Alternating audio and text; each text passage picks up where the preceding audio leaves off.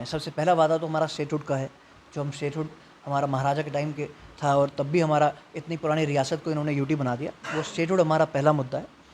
दूसरा मुद्दा जो हमने वादा किया है कि जब भी हम सरकार में आएंगे, जो पेंशन जो आज मिल ही नहीं रही है, जिसके लिए दर दर भटकना पड़ रहा है हमारे बुज़ुर्गों को, जो 1000 पेंशन आज इस महंगाई में क्या होता है, उस 1000 पेंशन को बढ़ाकर हम 5000 कर देंगे।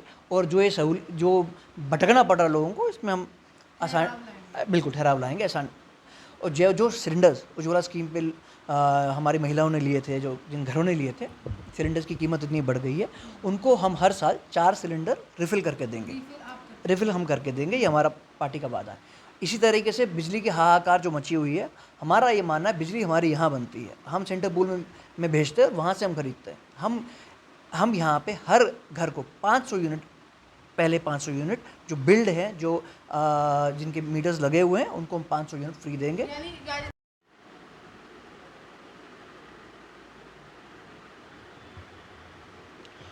5 राज्यों में चुनाव है और एक बार फिर से चर्चा जम्मू कश्मीर की होगी और जम्मू कश्मीर में चल रहे विकास कार्य की होगी। केंद्र सरकार के मुताबिक यहाँ पर बदलावों की छड़ी लग चुकी है और जो छड़ी लगी है वो बहुत अच्छी है और बदलाव जो है बहुत अच्छे हैं। अभय साहब मेरे साथ है, लगातार युवाओं की आवाज़ बनता है और लगातार जो है प्रश्न भी पूछते हैं उपराज्यपाल मनोज सिन्हा के प्रशासन से कि आखिरकार जम्मू व कश्मीर का अस्तित्व कहाँ जा रहा है, जम्मू व कश्मीर किस तरह से आगे बढ़ रहा है और जम्मू व कश्मीर के युवाओं के लिए आपके पास नया क्या है। तो ये एक प्रवक्ता के रूप में यहाँ पर काम कर रहे हैं अपनी पार्टी में और लगातार जो है अपना वक्तव्य देते रहते हैं और लोगों को ये बताते हैं कोई भी परेशानी हो आप संपर्क कर सकते हैं। अबे साहब, अभी कहा जा रहा है कि 5 राज्यों में चुनाव है और जम्मू कश्मीर में चुनावों का आता पता नहीं है, कैसे देखते हैं? अपनी पार्टी का तैयार थी इस बार? देखिए जी, अपनी पार्टी तो तब से तैयार है चुनावों के लिए, हमारा काडर भी तैयार था। और इस बार जब इलेक्शन कमीशन ने पिछली बार कहा भी था, एक उम्मीद की किरण जागी थी कि यहाँ पे इलेक्शंस होंगे। जैसे कि अभी सुप्रीम कोर्ट की सुनवाई जो हो रही थी, वहाँ पे भी ये कहा था कि जल्द यहाँ पे इलेक्शंस होंगे। और अब हम उम्मीद कर रहे थे कि इलेक्शन कमीशन यहाँ पे भी अनाउंस करेगा। उसी तरीके से हमारी पार्टी ने तैयारी अपनी भरपूर रखी थी, बट फिर से हमें बहुत दुख हुआ। और ये फिर से एक जो कहते हैं रहस्यमय जो चल रहा है तब से कि जम्मू कश्मीर में चुनाव क्यों नहीं हो रहे हैं। अगर सारी चीज़ों के लिए यहाँ पे माहौल अच्छा है और एक तरफ से कहा जाता है कि बहुत अच्छा माहौल हो गया है, G20 समिट हो जाता है, टूरिज़्म बहुत अच्छा हो रहा है, लोग आ रहे हैं, इन्वेस्टमेंट्स आ रही हैं जो ऑन ग्राउंड नहीं दिख रही हैं, बट कहा जाता है कि माहौल अच्छा हो रहा है, तो फिर इलेक्शन क्यों नहीं? अगर जम्मू कश्मीर में माहौल अच्छा हो रहा है तो लोगों को अपनी चुनिंदा सरकार चुनने का मौका क्यों नहीं दिया जा रहा? ये बहुत अचंभे की बात है और इससे सारा जम्मू कश्मीर परेशान है। सारे लोग ही नहीं, सारी पॉलिटिकल पार्टीज, सिवाय मेरे ख्याल से एक पॉलिटिकल पार्टी को लेके बाकी सब पॉलिटिकल पार्टीज परेशान है। तो कह रहे हैं कि हम चुनाव के लिए तैयार हैं और मुख्यमंत्री की दावेदारी हर समय जो है उनके तरफ से आ रही है। देखिए, वही हम कह रहे हैं कि इस पार्टी की कथनी और करनी में फ़र्क हमेशा से आ रहा है। आज जम्मू में हम देख रहे हैं हर जगह, हर मोहल्ले में हाहाकार मची हुई है, चाहे एक चीज़ को लेके चाहे दूसरी चीज़ को लेके। तो इनडायरेक्टली कौन सरकार चला रहा है? आप देखिए, आप हर जगह कवर करते हैं, आप लोगों को कवर करते हैं, आप लोगों के बीच में जाते हैं, आप लोगों से सुनिए क्या कह रहे हैं लोग। अगर जम्मू ने भाजपा को इतना बड़ा मैंडेट दिया था, क्या इसलिए दिया था कि आज जम्मू में हाहाकार मचे? आज इसलिए दिया था कि जम्मू के लोगों को परेशानी हो?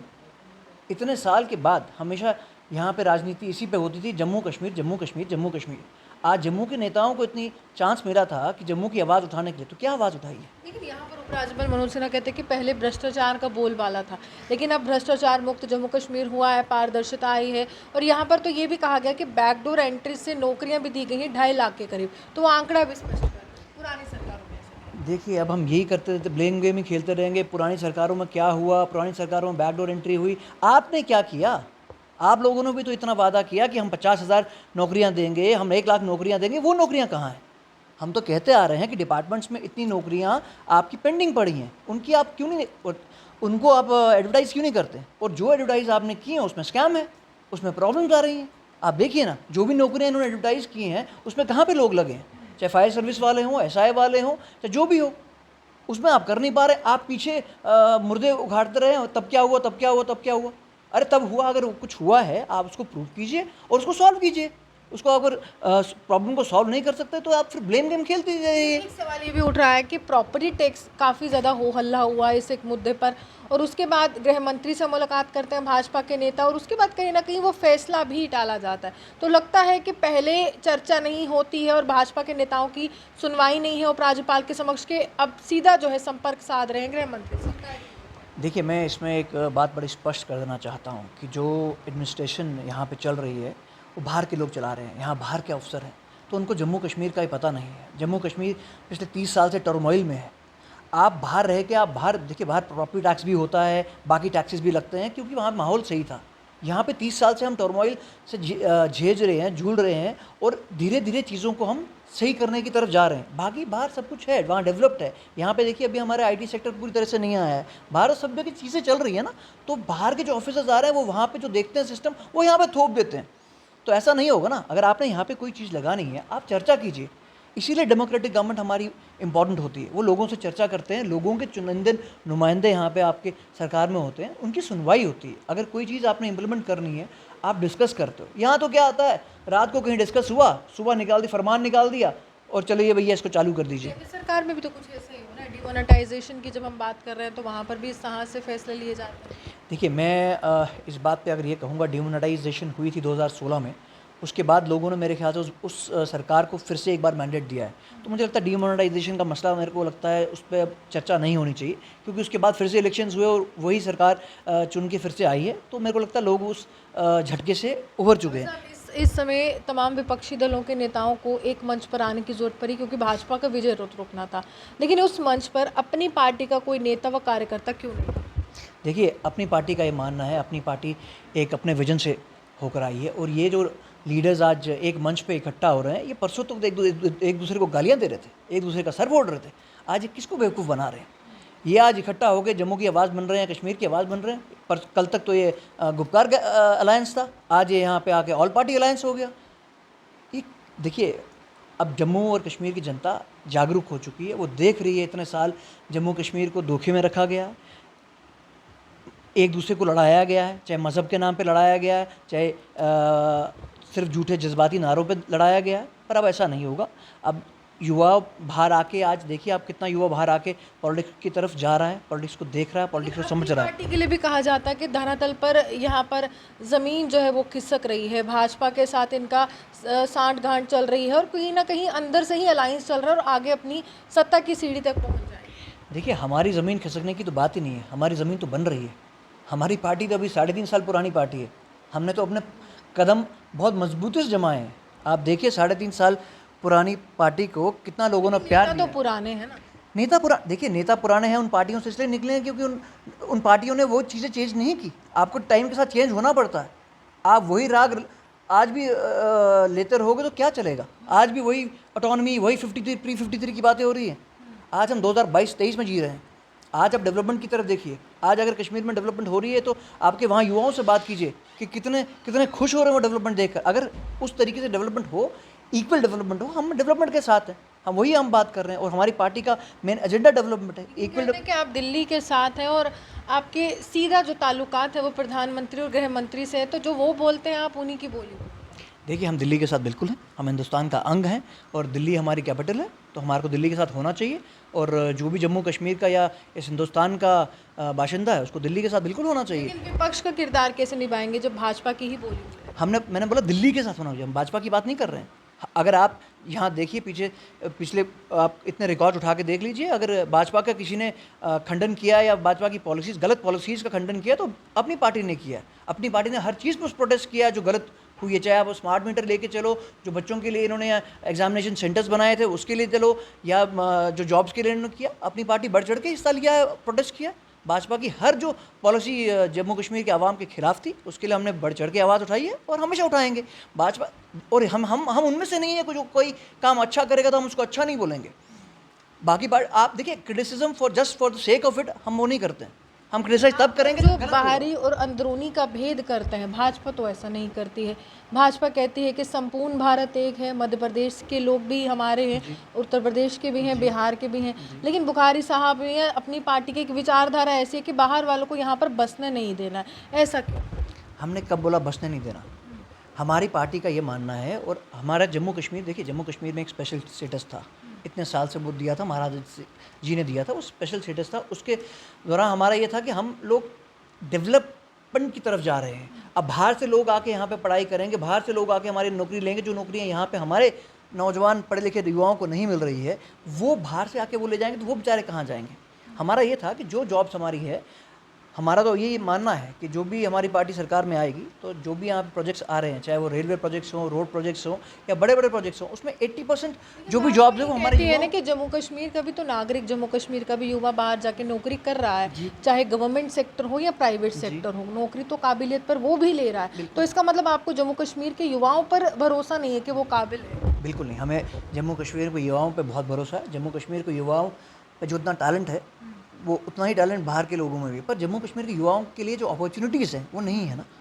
जो वहाँ आप दिल्ली, बॉम्बे या एमपी या यूपी के बंदों के लिए, वहाँ पे उनको अपने लोकली काफ़ी एम्प्लॉयमेंट है, वहाँ इंडस्ट्रीज़ काफ़ी है। यहाँ पे हमारे लोकल यहाँ पे आने नहीं देते ना। यहाँ पे ये जो नफरत की विचारधारा है कि हम ज़मीन नहीं लेने देंगे, हम कुछ नहीं करने देंगे, जब ज़मीन नहीं लेंगे तो फैक्ट्री कहाँ से? देखिए, इसीलिए यही इसी बात पे हम बोल रहे हैं, यही विचारधारा को हमने चेंज करना है ना। हमने तो अपनी पार्टी ने तो ये नहीं कहा। हम तो कह रहे हैं इंडस्ट्रीज आएंगी तो डेवलपमेंट होंगी, इंडस्ट्रीज आएगी तो रोज़गार निकलेगा। हम तो ये मानते हैं कि सिर्फ सारे युवाओं को सरकारी नौकरी नहीं दी जा सकती, हमको प्रैक्टिकल होना पड़ेगा। अभी तक हमारे यहाँ पे सिर्फ रोज़गार का एक ज़रिया था सरकारी नौकरी, इसलिए सब सरकारी नौकरी सरकारी नौकरी सरकारी नौकरी, क्योंकि प्राइवेटाइजेशन नहीं हुई थी, हमारी इंडस्ट्रीज नहीं आई थी। अब वो एक माहौल दिख रहा है कि इंडस्ट्री आएंगी तो उसमें हमारे बच्चे लगेंगे। हमारे बच्चों में टैलेंट की कोई कमी नहीं है, अपॉर्चुनिटी की कमी है। तो हमारी अपनी पार्टी का मानना है, हम उनको वो अपॉर्चुनिटी देंगे, एक माहौल बना के देंगे जहाँ पे वो एक तो रोज़गार कर सके और एक खुद रोज़गार बना सके, जहाँ पे रोज़गार दे सके। Yes, we will make sure that they are job providers, so that वो अपना ही घर नहीं चलाएं, बाकियों को भी एक मौका दें घर चलाने का। अभी मुख्यमंत्री की दावेदारी आपकी पार्टी, जो अपनी पार्टी है और कहते हैं कि बड़ा अपनापन है, कौन कर रहा है? हमारे मुख्यमंत्री डेफिनेटली अल्ताफ़ बुखारी साहब हैं, इसमें कोई तो शक ही नहीं है। अल्ताफ़ बुखारी साहब के नेतृत्व में हमने इलेक्शन फाइट करना है। कोलिशन तो नहीं बन जाएगा कि कहीं ना कहीं जो कयास लगाया जा रहा है कि भाजपा और बुखारी साहब, इस तरह का कोलिशन तो नहीं आएगा? देखिए, कोलिशन तो पहले तो मैं बोलूँ इलेक्शन हो जाए, उसके बाद हम बड़े खुश होंगे कि इलेक्शन अनाउंस हो जाएं। उसके कोलिशन तो इलेक्शन के बाद डिसाइड होगा कि क्या कितनी सीटें रहेंगी, पर हमें अपना यकीन है कि अपनी पार्टी अपने बलबूते पर सरकार बनाएगी। और कौन सी मुख्यतः ऐसी कौन सी बातें होंगी जो जनता के दरवाजे तक आप पहुंचेंगे और उनको सुनाएंगे और उसके बाद वोटों की बरसात आएगी? देखिए, हमारे जो वादे हमने अपनी जनता से किए हैं, सबसे पहला वादा तो हमारा स्टेटहुड का है। जो हम स्टेटहुड हमारा महाराजा के टाइम के था, और तब भी हमारा इतनी पुरानी रियासत को इन्होंने यूटी बना दिया, वो स्टेटहुड हमारा पहला मुद्दा है। दूसरा मुद्दा जो हमने वादा किया है कि जब भी हम सरकार में आएंगे, जो पेंशन जो आज मिल ही नहीं रही है, जिसके लिए दर दर भटकना पड़ रहा है हमारे बुज़ुर्गों को, जो 1000 पेंशन आज इस महंगाई में क्या होता है, उस 1000 पेंशन को बढ़ाकर हम 5000 कर देंगे। और जो भटकना पड़ रहा है लोगों को, इसमें हम आसान बिल्कुल ठहराव लाएंगे, आसान। और जो सिलेंडर्स उज्ज्वला स्कीम पे हमारी महिलाओं ने लिए थे, जो जिन घरों ने लिए थे, सिलेंडर्स की कीमत इतनी बढ़ गई है, उनको हम हर साल 4 सिलेंडर रिफ़िल करके देंगे, रिफ़िल हम करके देंगे। ये हमारा पार्टी का वादा है। इसी तरीके से बिजली की हाहाकार जो मची हुई है, हमारा ये मानना है बिजली हमारी यहाँ बनती है, हम सेंट्रल पूल में भेजते हैं, वहाँ से हम खरीदते हैं। हम यहाँ पे हर घर को 500 यूनिट, पहले 500 यूनिट जो बिल्ड है, जो जिनके मीटर्स लगे हुए हैं, उनको हम 500 यूनिट फ्री देंगे। यानी जिस तरह से प्रधानमंत्री कहते कि मुफ्त की रेवड़ी बांटेंगे, आप उसी तरह से आएंगे। केजरीवाल का फॉर्मूला अब अल्ताफ बुखारी अपनाएंगे? केजरीवाल जी का फॉर्मूला बिल्कुल डिफरेंट है। उन्होंने 200 यूनिट रखा हुआ है, उसके बाद वो 200 यूनिट अगर होता है तो 1 रुपया भी होता है, पूरे को पैसा देते हैं। बट वो कहाँ से लाएंगे? हम तो, हमारा प्रोडक्शन यहाँ से होगा, हम तो प्रोड्यूस कर रहे हैं, हम तो आधे इंडिया को बिजली दे रहे हैं, तो अपने बच्चों को क्यों नहीं देंगे? इन्होंने जो पॉलिसीज़ बनाई है, जब यहाँ पे प्रोजेक्ट्स लगे थे, उनको तब नेगोशिएट करना चाहिए था उन लोगों के साथ कि बिजली इतनी हमारे दोगी, तभी तो हमारे इनको हम बिजली पूरी कर सकते थे। और यही हमारा मानना है। और उसके बाद हमने किया, जो महिलाओं की शादी होती है, बच्चियों की शादियों के लिए गवर्नमेंट की स्कीम है, वो 50,000 रुपीज़ देते हैं बच्चियों के लिए, हमने उसको बढ़ाकर 1 लाख रुपया करेंगे। और वो भी उनको बहुत देर लगती थी, साल भर लगता था, हमने कहा है कि आएगा 1 महीने के अंदर उनको ये पैसा दिया जाएगा, सो जो बच्चियों की शादी वो परिवार अच्छी तरह कर सके। ऐसे हमने हर वर्ग के लिए कुछ ना कुछ सोच के रखा हुआ है, और ये आने वाले टाइम पे आपको हम सारा प्रूव करके देंगे। और जिस हिसाब से लोगों का प्यार अपनी पार्टी को मिल रहा है, हमें पूरी उम्मीद है कि हम बहुत अच्छे बहुमत से जब असेंबली इलेक्शन होगा, हम सरकार बनाएंगे।